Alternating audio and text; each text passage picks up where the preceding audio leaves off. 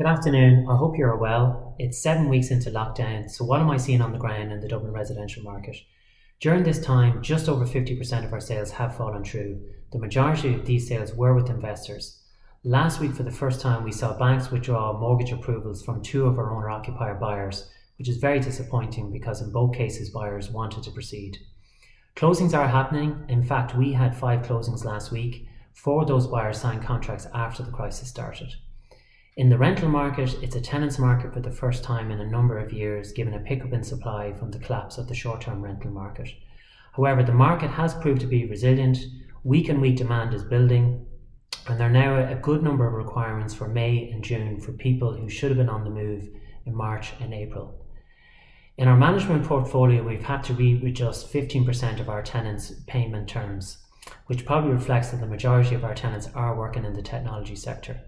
We have seen a small number of our tenants leave Dublin, and they don't intend returning to Dublin in the short term. What will be the impact of COVID-19 on the market? I think it's too early to say.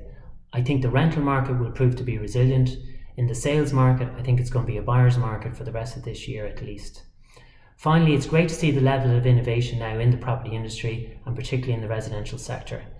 This will be good for agents, but also great for the consumer. That's all from me for the moment. Let's keep in touch.